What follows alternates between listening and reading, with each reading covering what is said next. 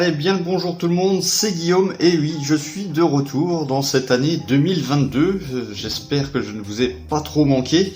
Moi en tout cas, j'ai pas fait grand chose, ça c'est pour la petite aparté, maintenant je suis de retour à l'atelier, donc je vais pouvoir reprendre les travaux en cours. Et donc pour cette première vidéo de l'année 2022, je vous propose une revue de kit qui est sous vos yeux. Donc c'est un bateau, comme vous pouvez le voir, et il s'agit du navire Yamashiro. Alors, avant de rentrer dans le détail des grappes, de la notice, etc., comme d'habitude, quand j'ai un nouveau modèle, j'aime bien vous détailler un petit peu son histoire, entre guillemets. Et donc, vous avez, si cela ne vous intéresse pas, vous avez bien sûr les chapitres que je mets maintenant sous les vidéos qui vous permet de sauter l'étape qui ne vous convient pas de la vidéo. Alors, on commence par l'historique de ce navire. Donc, je vous l'ai dit, c'est le Yamashiro. Donc, le Yamashiro, il est de la classe des cuirassés Fuso. Donc, le Fuso, vous l'avez en cours sur la chaîne. Et donc ça, c'est son petit frère, si je peux dire. Donc ils sont sensiblement identiques quand on regarde les navires, on va dire, de loin, mais il y a quand même beaucoup de différences qui les séparent. Alors, il a été commandé en 1911, donc c'est un vieux navire, tout comme le Fuso d'ailleurs, mais il a duré quand même très longtemps parce que, vous allez voir, donc commandé en 1911, la quille a été posée en 1913, il a été lancé en 1915, après différents tests, il a été armé en 1917. Et donc, il a été coulé en 1944. Donc, vous pouvez voir que 30 ans d'existence pour un navire, c'est quand même plutôt rare. Généralement, ils sont relativement coulés assez rapidement. Mais le Fuso et le Yamashiro, ils ont quand même eu des grandes... un grand... espace entre le moment où le navire a été construit et le moment où c'est qu'il a été coulé. Donc il a été coulé en 1944 par 4 torpilles et puis beaucoup d'obus de l'US Navy. Alors l'équipage, c'est environ 1400 hommes sur ce genre de cuirassé. Donc il faisait une longueur de 213 mètres pour 30 600 tonnes. Alors, à la base, il était équipé de 24 chaudières à charbon développant 24 000 chevaux, ce qui est quand même déjà pas mal. Mais avec l'avancée technologique, forcément, entre sa construction et puis les années qui ont passé, il a été mis à niveau. Donc en 1935, ils ont enlevé les 24 chaudières pour en mettre 6. Alors vous allez me dire, oui, il a perdu des chevaux, mais non, pas du tout. En fait, là, on est passé sur des chaudières à mazout qui développaient 75 000 chevaux, donc beaucoup plus que les 24 000 de base. Donc la refonte, entre guillemets, du cuirassé ne s'est pas fait en un jour. Ça a commencé en 1930 jusqu'en 1935, donc 5 ans. Donc ils ont amélioré la poupe, ils l'ont allongée, parce qu'ils ont rajouté des choses, ils ont donc changé la propulsion, ils ont rajouté des plaques de blindage pour les torpilles, ils ont également surélevé, ils ont fait un changement au niveau de l'élévation des canons, donc au niveau des canons et des canons anti-aériens, on a également fait un agrandissement de la superstructure, et puis, bien sûr, l'armement supplémentaire.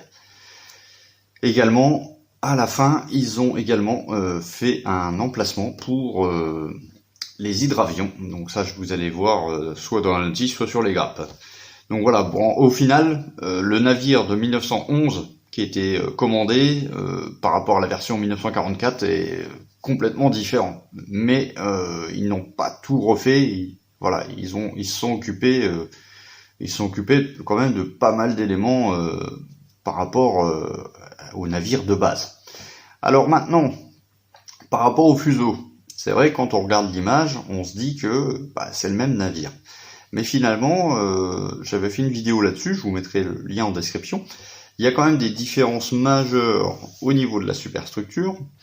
Et donc, ces différences majeures ont permis par exemple, à intégrer la tourelle sur la superstructure. Enfin, pas sur la superstructure en elle-même, mais juste à côté. Alors que sur le fuseau, elle est plus sur le devant. La partie arrière également de la superstructure est différente. Au niveau de la cheminée, c'est un petit peu différent. Et au niveau de l'armement secondaire, c'est un petit peu différent aussi. Donc voilà un petit peu près ce que je voulais vous dire par rapport au Yamashiro. Alors son utilisation pendant toute son activité a été quand même assez restreint. Il a été utilisé à la défense côtière avec son frère jumeau, donc le Fuso. Il a vraiment participé à une grosse bataille, donc c'est la bataille du golfe de Leyte, une grosse bataille navale, et donc il était accompagné bien sûr du Fuso, du Mogami et de 4 destroyers, et c'est là que en 1944 il s'est fait couler. Ok, alors partie historique terminée, maintenant on passe au kit en lui-même. Donc le kit, c'est Fujimi qui nous le propose. Donc Fujimi en version waterline, donc version waterline pardon, c'est qu'il n'y a pas la coque en dessous, contrairement au Fuso que je suis en train de montrer. Donc c'est la version 1944, donc c'est la dernière monture de ce navire. Donc la référence de ce kit, c'est le 4312, où vous pouvez également trouver la référence EX72. Il y a les deux appellations. Donc c'est une échelle 1/700, comme vous pouvez voir par rapport à mes mains. Et donc le kit est de 2012. Alors sachez que ce kit-là, vous pouvez le retrouver sous beaucoup de variantes. Pourquoi ? Parce que en fin de compte, chez Fujimi uniquement, on retrouve 19 kits du Yamashiro. 19, voilà. Donc il y a des choses qui sont un petit peu différentes. Donc il y a le Yamashiro par exemple en version initiale, il y a le Yamashiro en version 1944, il y a la version waterline, il y a la version full hull, il y a la version avec la plaque avec le nom, il y a la version avec des canons en métal. Bon bref, il y a 19 versions différentes, mais finalement le moule d'origine est resté principalement le même sur tous les variants de ce kit. Alors il existe deux extensions possibles. Donc Fujimi propose le pont en bois avec des accessoires en photodécoupe. Donc c'est la référence 43268. Et un kit en photodécoupe, donc toujours chez Fujimi, c'est le 43265. Voilà. Si vous désirez construire le Yamashiro, mais vous ne souhaitez pas acheter le kit Fujimi, sachez qu'il y a deux autres fabricants qui proposent le Yamashiro. Donc c'est Aoshima avec un kit de 2020. Donc la référence c'est 59784.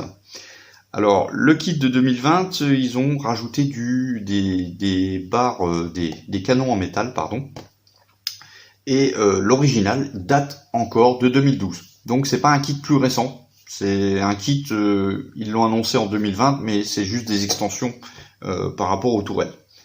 Et puis le deuxième kit, donc c'est Pitrode qui fait également le Yamashiro, et donc la référence c'est le HM033.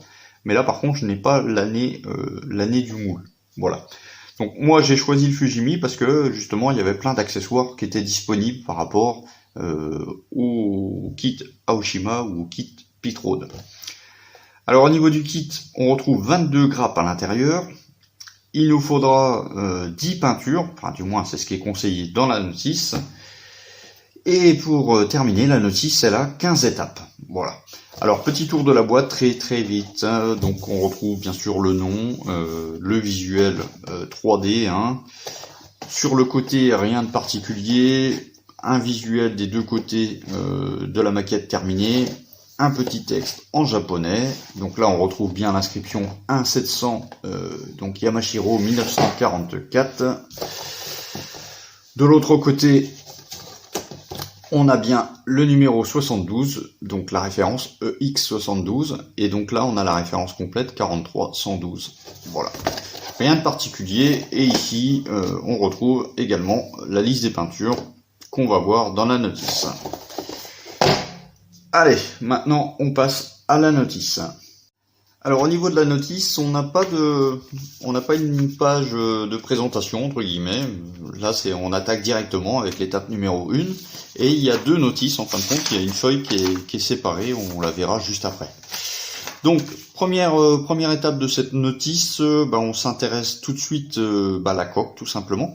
Donc comme c'est une version waterline, ici on a une plaque qui est plate. Donc on en a 2 encoches. Donc vous verrez, c'est pour intégrer par exemple un poids. Hein. Donc on vient assembler les deux parties. Donc ensuite on a sur l'étape 2 le pont. Donc le pont qui est plutôt bien représenté. Et déjà là on nous demande beaucoup de travail de perçage pour intégrer des canons secondaires. Donc bien entendu on a par exemple des petites pièces là à rajouter sur le pont, rien d'extraordinaire.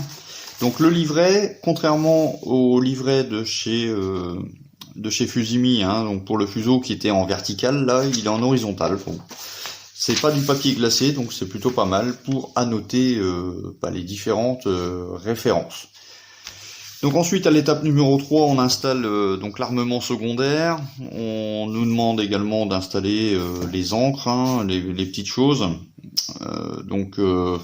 Il n'y a pas grand chose. Là ici c'est une grue de manutention pour récupérer les hydravions.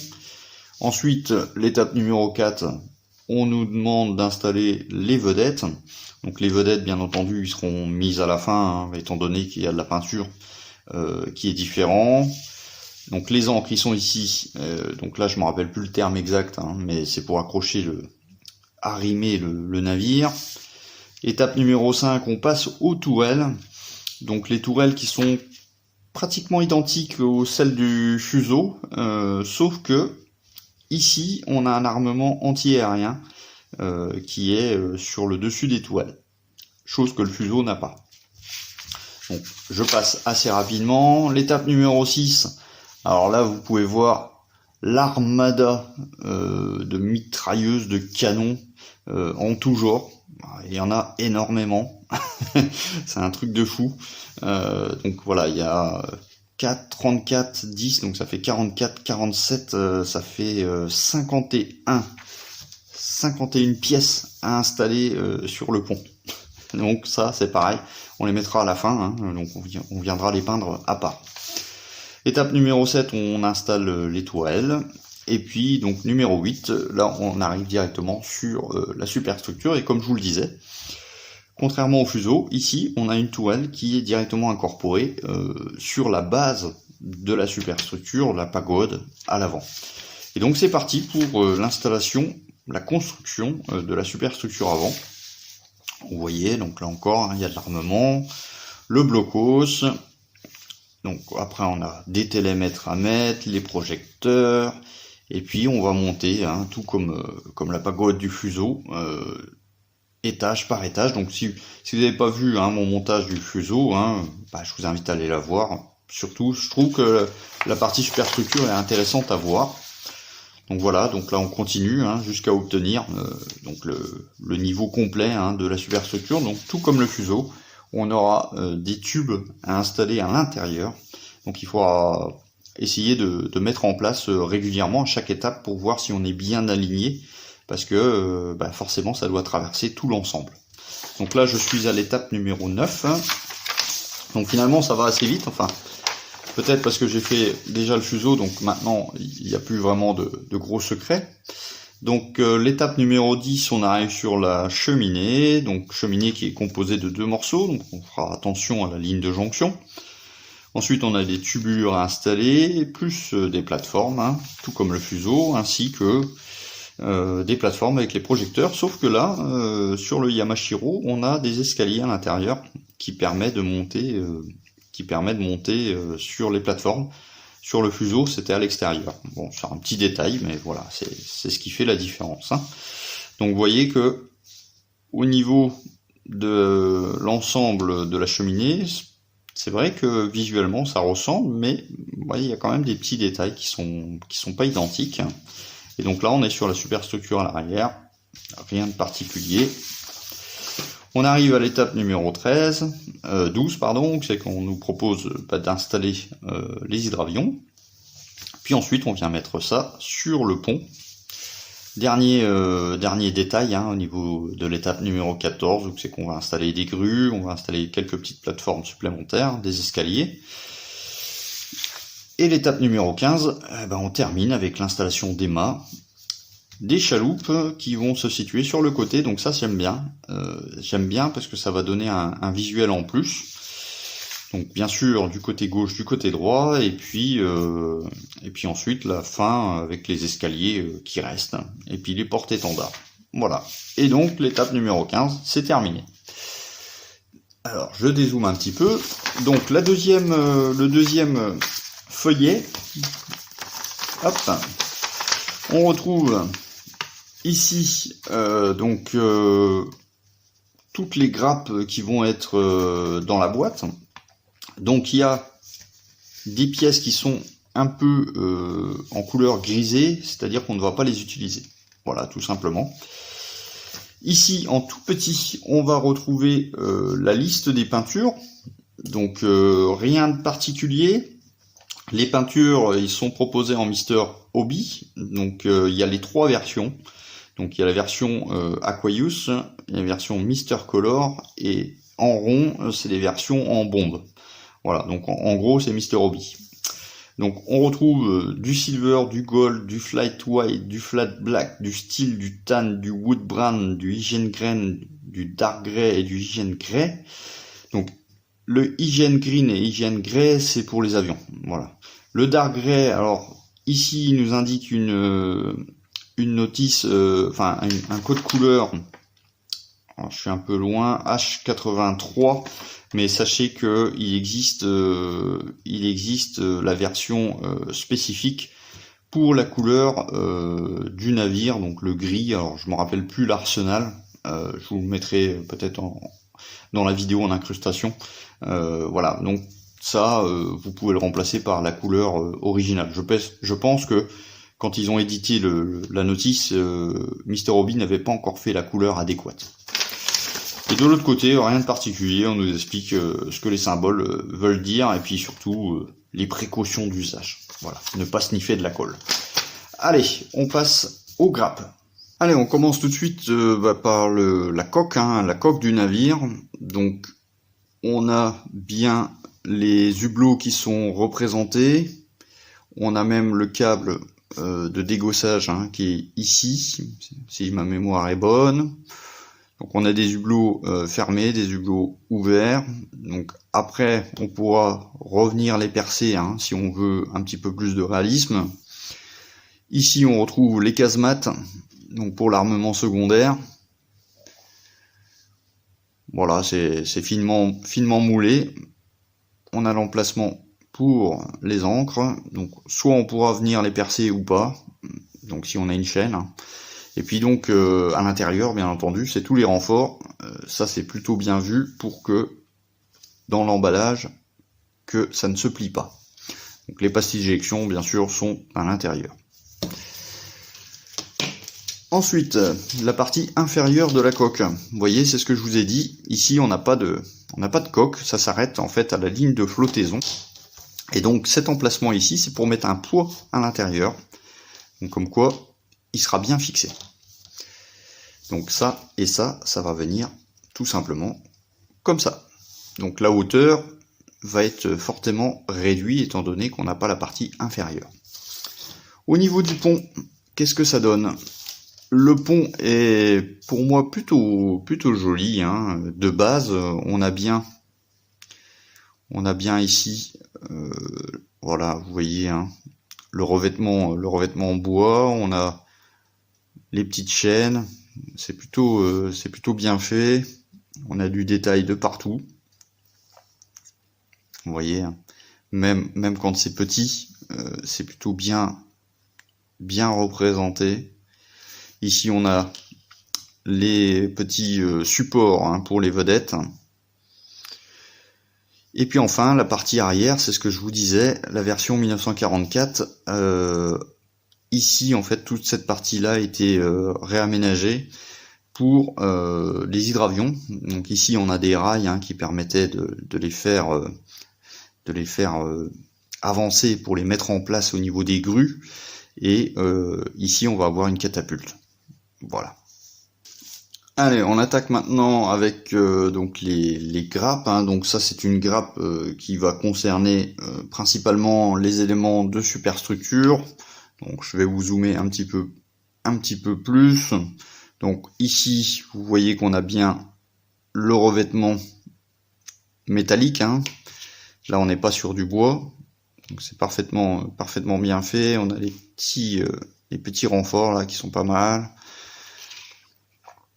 Voilà, j'essaie de vous montrer quelques détails, bien entendu. Vous voyez, là, on a les emplacements des fenêtres pour la superstructure.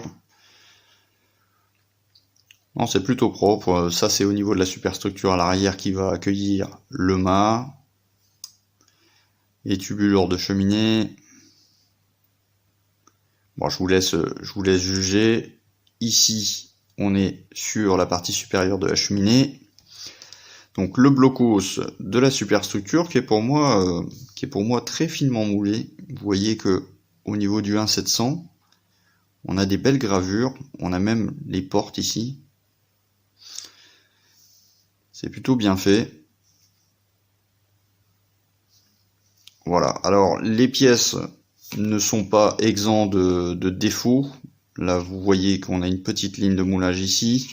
On a quelques ébavurages à faire. Donc ça c'est la cheminée. Autre grappe. Donc dans cette grappe on retrouve déjà une tourelle. Donc des grues. Alors soit pour les bateaux, pour les vedettes, soit pour les hydravions, je ne sais pas. La catapulte. Donc qui est d'un seul tenant.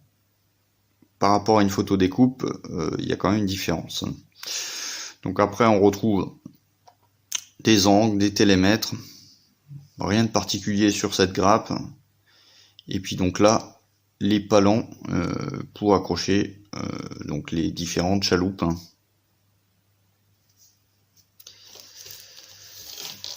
Autre petite grappe ici. Alors cette grappe est pour moi intéressante. C'est une grappe, je pense, qui est en plus par rapport au fuseau, étant donné qu'on retrouve beaucoup d'éléments qui ne sont pas identiques au fuseau. Alors vous pouvez voir ce que j'appelle la tour Eiffel ici, qui est complètement différente. Donc ça c'est le support à l'arrière de la superstructure, qui est complètement différent du fuseau. Et ici on retrouve l'emplacement des supports anti-aériens qui vont aller sur les tourelles. Donc ça c'est différent. Ça aussi, ça je pense c'est plutôt du blindage. Donc voilà, bon c'est plutôt propre, mais vous voyez il y a ici au niveau du télémètre, là, au niveau du radar, il y a un petit peu de ponçage. Voilà. C'est pas nickel, mais ça va. C'est pas trop méchant non plus. Allez, on va continuer sur l'armement. Donc là, ce sont les doubles canons ou les triples canons. Donc ça, c'est exactement identique au fuseau. C'est vraiment la même chose. Et on retrouve deux grappes identiques. Au niveau des tourelles, donc voilà ce que ça donne. Alors on a un beau détaillage. Donc par rapport au fuseau, je m'aperçois en fin de compte que la fixation donc des canons, c'est pas tip top. Quand on les clipse, il y a certains qui tiennent, certains qui tombent. Donc soit on mettra des canons en métal, soit on mettra tout simplement de la colle pour pas que ça tombe quoi. Donc voilà, est-ce que c'est percé? Oui, c'est percé au niveau des canons. Donc ça c'est plutôt bien.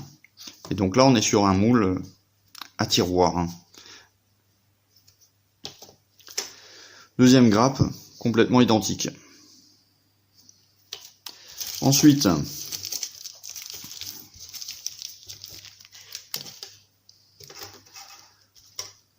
Ensuite, on retrouve une autre grappe, ce coup-ci avec les vedettes.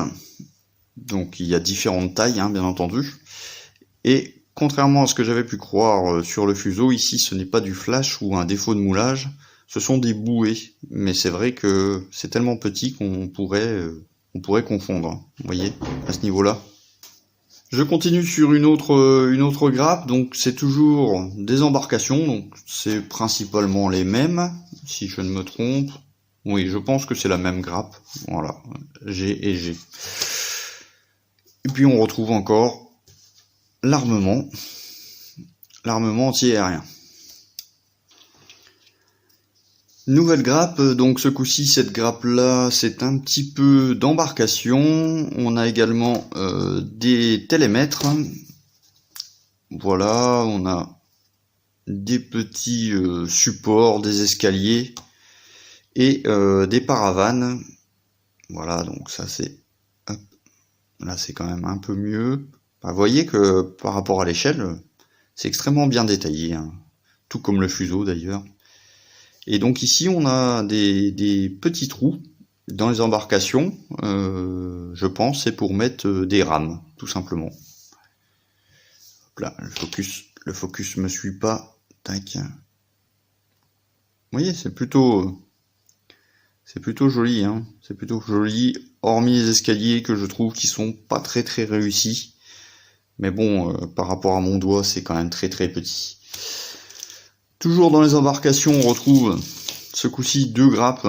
Donc voilà. Donc les embarcations, il y en a plein, hein. Ah, vous voyez ici, il y a des rames. Il y a les rames qui sont déjà présentes. Tac. Et puis des petits armements. Une grappe transparente pour les hydravions. Alors les grappes transparentes, c'est pas évident à filmer. Voilà. Les hydravions, on a également ici c'est deux couvercles entre guillemets d'embarcation et puis enfin les projecteurs. Voilà, les projecteurs qui sont pas mal. Alors vous voyez, hein, il y a du flash, hein, mais bon là c'est sur le support de grappe, donc c'est pas grave.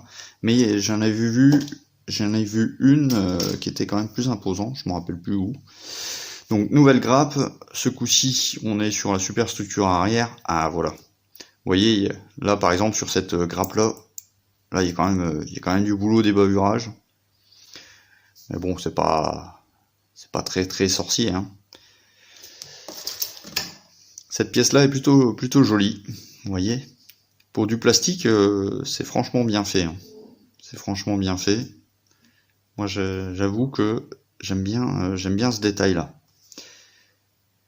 Là aussi, on retrouve le blocos avec du gravage sur le blocos, c'est plutôt bien. Moi, je trouve que ça réalise bien au niveau...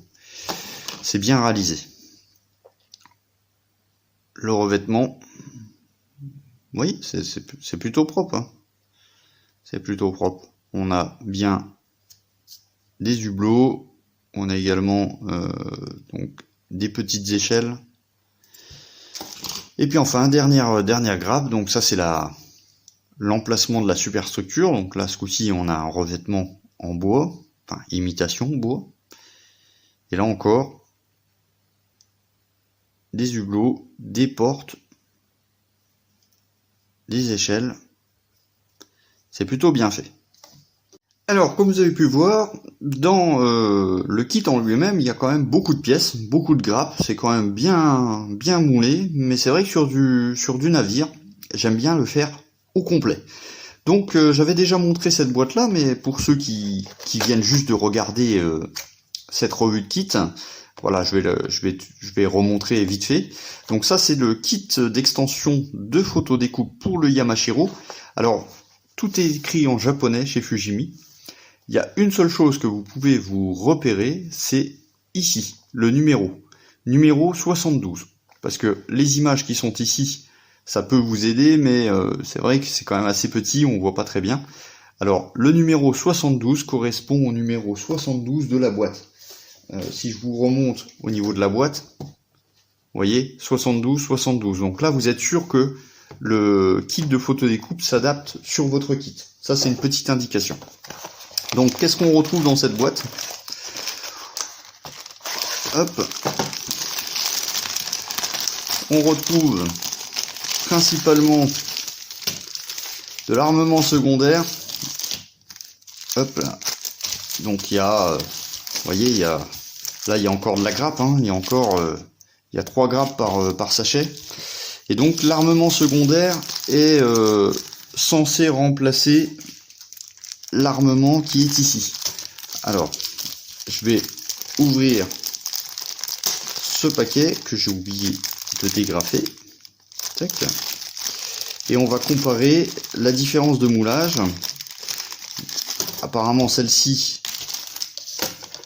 est mieux représentée. On va comparer de suite. Est-ce que c'est intéressant ou pas d'acheter juste pour ça, par exemple? Alors, je vais me mettre comme ça. Voilà.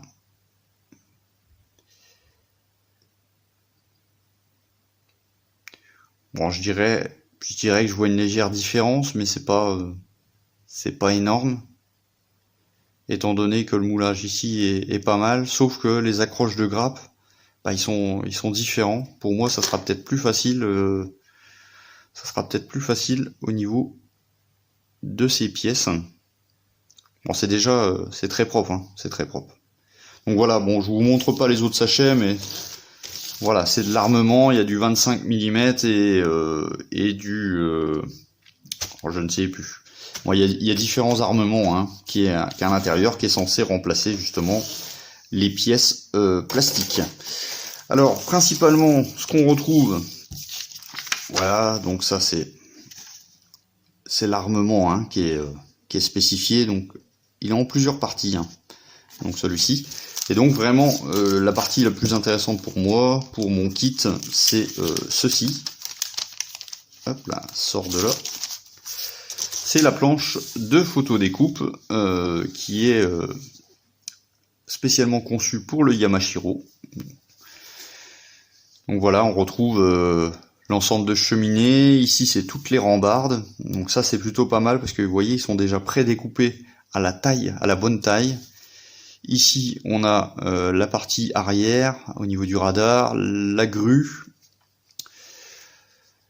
les parties arrière de renfort superstructure. Hein, c'est plutôt joli. Alors j'essaie de la prendre. Voilà, c'est un peu mieux. C'est beaucoup plus fin.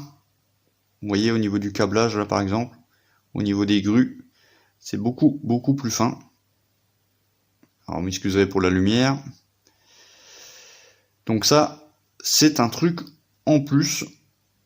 Et ça va donner vraiment un petit peu plus de relief, de beauté, si je peux dire, au modèle. Et donc ça, c'est la notice. Donc vous voyez, là, on nous explique, par exemple, au niveau de la cheminée, qu'est-ce qui va changer. Donc c'est principalement le haut de la cheminée. Les escaliers, et là ça va être plutôt joli, hein. On va pas utiliser les pièces plastiques, hein. Les supports de mât, vous voyez les petites grues, c'est quand même plus joli, Tac.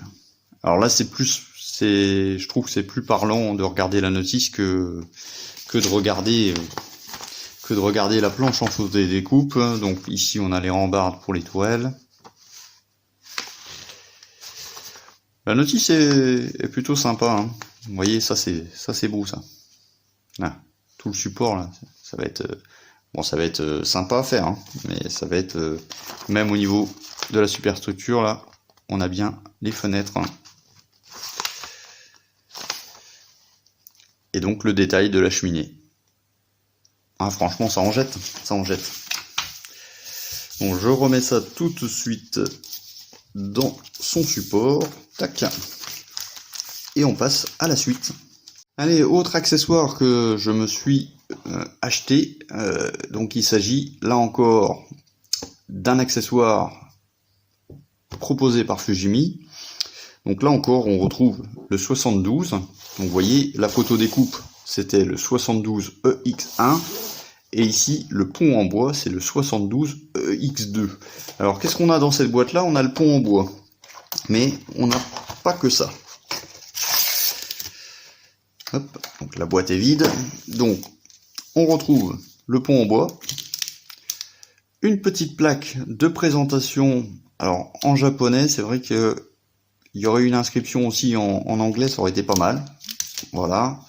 Et puis enfin, on retrouve également une autre planche de photo découpe. Et ça, on va le voir après. Alors, je voulais vous montrer. Alors, je vais pas le sortir du paquet, mais je voulais vous montrer le détail de ce pont en bois. C'est vraiment très beau. Il n'y a pas photo. J'ai le pont en bois pour le fuseau, mais là, je peux voir clairement la différence de qualité entre un produit chinois et le pont en bois de la marque. C'est franchement bien fait. Il est super beau. Le fuseau, c'est un peu moins classe. Donc la plaque de présentation. Hop là. Bon, il n'y a rien de spécial. Hop. Bon, ça rajoute un détail en plus. Voilà, ça peut être pas mal au niveau d'un diorama. Et enfin, cette partie-là, que je n'ai pas encore ouvert d'ailleurs. Voilà, donc la photo découpe qui va concerner vraiment le pont.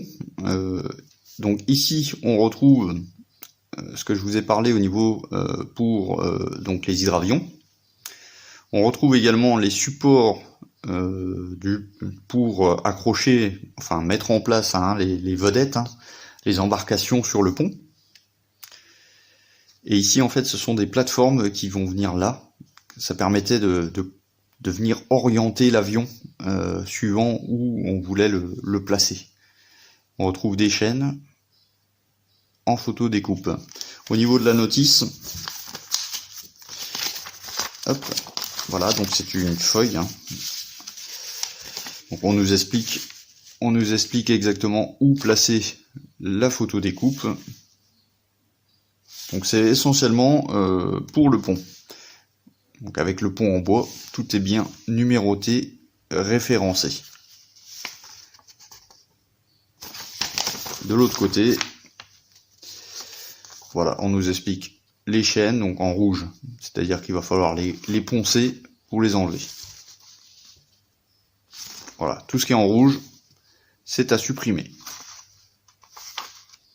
Donc voilà pour cette revue de kit du Yamashiro proposé par Fujimi. Donc vous allez voir que je pense que ça va être un bon montage. Donc déjà, si vous prenez le kit, je pense que c'est déjà vraiment satisfaisant. Il y a quand même du détail de partout. Il y a quand même beaucoup de pièces. Je pense que vous pouvez faire un bon montage. Moi, j'ai choisi la version complète, donc avec les 2 extensions possibles pour le Yamashiro. Et c'est ça qui est bien sur le 1700, c'est que le kit est quand même abordable.